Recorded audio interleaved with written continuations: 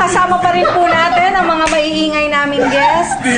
Kasi nakakatawa. Si Arnel at Divine. This time, magluluto po tayo ng recipe na ipinadala ng isang Avid Sarap Diva viewer. Tawagin po natin siya, si Miss Evangeline Morico. Hello, Evangeline. Vange. Last week po, nagpaikot po kami ng aming roleta. Yes. Ito po yung 5 yummy ingredients.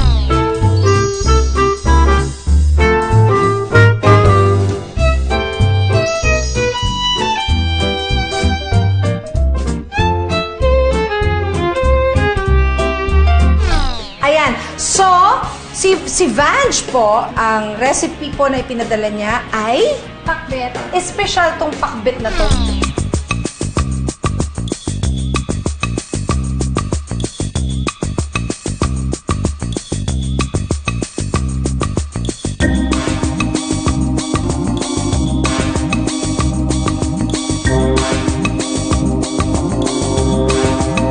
Ang pakbet kasi is originally from Ilocano, tapos hanggang sa nag-evolve na siya, every region na ng Pilipinas nagluluto na ng pakbet. Ingredients natin ngayon is ano lang, 5 lang. Actually, yung original na ingredients, meron pang okra. Sitaw. Yes, sitaw. Meron pang sigarilyas na At yung mani. iba pa. Iba pa?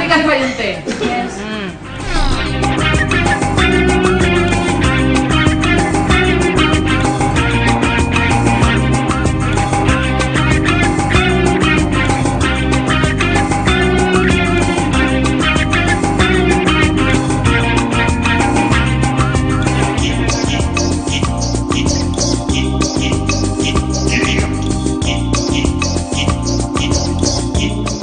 Ito po mga kapitbahay ay sa halagang 96 pesos lang po and it's good for 8 people. So 12 pesos lang po ito per serving.